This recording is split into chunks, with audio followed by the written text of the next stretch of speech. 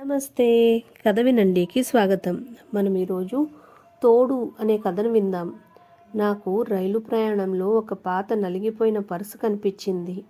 దాన్ని పైకి తీశాను. అందులో కొద్దిపాటి చిల్లర నోట్లు, ఒక కృష్ణుడి ఫోటో తప్ప ఏమీ లేవు. ఎవరిదో తెలిపే ఆనవాళ్ళు ఏమీ లేవు. ఎలా తిరిగి ఇవ్వడం? ఈ పర్సు ఎవరిదండి అంటూ అడిగాను. అందరూ పర్సు కేసి చూశారు.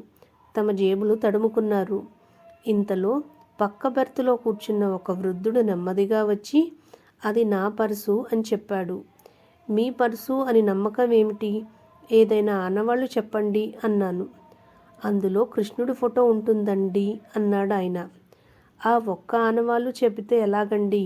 ఇంకా ఏదైనా చెప్పండి, అయినా మీ ఫోటో పెట్టుకోవచ్చు కదా అని అడిగాను. అప్పుడు ఆ వృద్ధుడు చెప్పిన సమాధానం మనందరికీ ఒక పాఠమే. బాబు, అది నాకు చిన్నప్పుడు మా నాన్న ఇచ్చిన పర్సు. అప్పుడు నాకు మా అమ్మ నాన్న అంటే చాలా ఇష్టం. అందుకని నేను వాళ్ళ ఫోటో అందులో పెట్టుకున్నాను.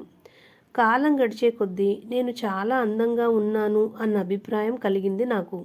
అందుకని అప్పుడు పర్సులో నా ఫోటో పెట్టుకున్నాను. నాకు ఉద్యోగం వచ్చి పెళ్ళయింది. నా భార్య చాలా అందగత్తె. నాకు ఆమె అంటే చాలా ప్రేమ. అప్పుడు ఆమె ఫోటో పర్సులో పెట్టుకునేవాడిని. ఇంకో 2 సంవత్సరాలకి నాకు కొడుకు పుట్టాడు. వాడంటే నాకు చాలా ఇష్టం. వాడి కోసం ఆఫీసు వదలగానే ఇంటికి వచ్చి వాడితోనే లోకం అన్నట్టుగా గడిపేవాడిని. వాడిని భుజాల మీద మోస్తూ రోజంతా గడిపేవాడిని. వాడిని నా పక్కనే పడుకోబెట్టుకునేవాడిని. వాడే నా లోకం. అప్పుడు పర్సులో వాడి ఫోటో పెట్టుకునేవాడిని. నా భార్య 3 సంవత్సరాల క్రితం చనిపోయింది. నా కొడుకు ఇప్పుడు అమెరికాలో ఉన్నాడు. నన్ను మర్చిపోయాడు. నాకెవ్వరూ లేరు. ఇప్పుడు నాకు భయం వేస్తోంది. ఈ వయసులోనేగా తోడు కావాలి. అందుకని నాకు తోడుగా కృష్ణుణ్ణి పెట్టుకున్నాను. ఆయనే ఇప్పుడు నాకు తోడు. నా సంతోషానికి ఆయన సంతోషిస్తాడు. నా విచారానికి ఓదార్స్తాడు. నాతో నిరంతరం ఉండే ఆయనను ఎప్పుడో పర్సులో పెట్టుకోవాల్సిన నేను చాలా ఆలస్యంగా గుర్తించాను. ఇప్పుడు నేను సమయమంతా ఆయనతోనే గడుపుతున్నాను.